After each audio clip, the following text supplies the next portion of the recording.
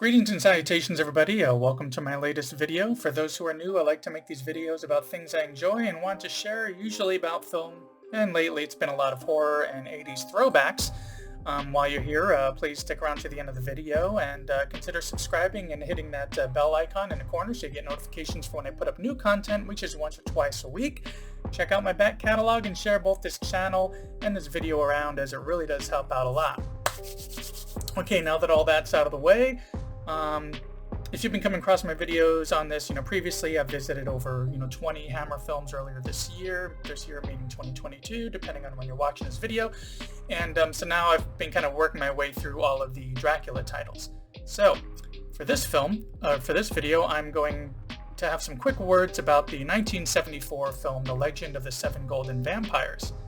So I was led to believe that this was the final of the the Hammer Dracula related films, but there is another one in my collection that I accidentally skipped over, which is Countess Dracula from a few years earlier in 1971, which I'm going to push that one to the next video, so that way I can still release this one this week, and I will do a video for that with a wrap up about their Dracula and vampire films in general. So anyways, for The Legend of the Seven Golden Vampires, the synopsis for this film is as follows.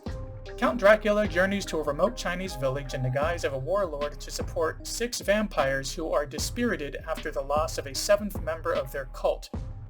At the same time, vampire hunter Professor Van Helsing happens to be lecturing in the country and is persuaded by villagers to help them fight, this curse of the ages. So first off, no Lee. Yeah, no Christopher Lee in this one. He was done in the one before it, which took place in the 70s. So this time Dracula is played by John Forbes Robertson. Now he's only in the beginning as they're kind of setting things up and then towards the finale, but it would have been nice to see Christopher Lee in this one. However, we still get Peter Cushing as Van Helsing, which is great. So that's a definite plus, especially because at the time of this film, or by the time I watched this film, I'd seen him from films in the late 50s all the way through this one, which is in 1974, so it brings him much closer to the Cushing that I grew up with, which is mainly just Star Wars, playing Grand Moff Tarkin and a quick little scene or two in Top Secret, the Val Kilmer film. So it was, he's a great actor. I loved him in Cash on Demand, was another one that was great, and I'm looking forward to seeing some more of the Frankenstein work. But this film also was a bit of another leap for Hammer, where they were trying to take it in a different direction, but they didn't leap too far, and what I mean by that is that it still has, that feel and that look of the earlier Hammer films, that same kind of film stock and filming techniques, specifically that look really stuck out to me because there's something that I always enjoyed, and if you watched all those previous videos of mine, you've probably heard me mention it several times, what I like about how it looks. But also we get this other, switch up that it's actually taking place in China, this time with real Asian actors throughout it, playing Chinese people. Imagine that. No latex or makeup making that epicanthic fold, which you also had to look up what the epicanthic fold means, what it's called when the eyes are kind of shaped that way, because it was very distracting and just weird, not to mention insensitive, when I saw them do that in The Terror of the Tongs, which I will link to that review in here as well, where I saw Christopher Lee with that makeup on his face to try to make him look like Fu Manchu. That wasn't good. Anyways, so there is also a small connection to the Tongs in this and mention, but ultimately this felt like they took the best of the earlier Hammer Dracula films and mixed it with like 70s Kung Fu. So everything about it felt much more expansive, larger than the previous films. There was more special effects, more nudity, more violence. It didn't feel as closed in as some of the other films did. And it just felt like, in general, in the story, there was much more of a journey kind of happening that really made this one worth checking out. It was a bit creepier. We had these more zombie-like creatures throughout. They pushed aside the more alluring and hypnotic vampires of some of the other films in favor of leaning into more of a ghoul-like aspect of them, which I think really worked well. It all worked well.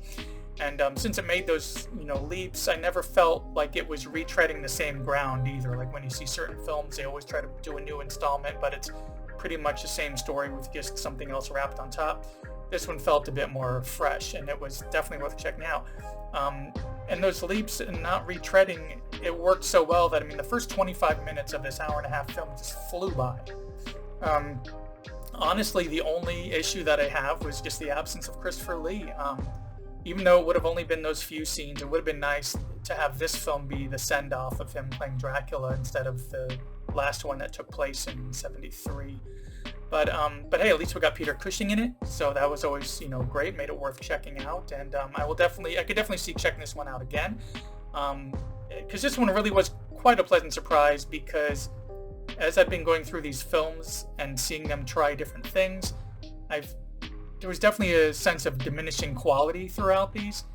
And so for this one, my expectation was extremely low, but it ended up being this really fun surprise. It's a fun mashup of the Hammer Dracula that I was familiar with, as well as some kung fu sprinkled all throughout it. So we had these great fight scenes and a lot more going on. It's definitely worth checking out, and I'll definitely be checking it out again one day. And speaking of checking out, just want to thank you for checking out this other quick video of mine.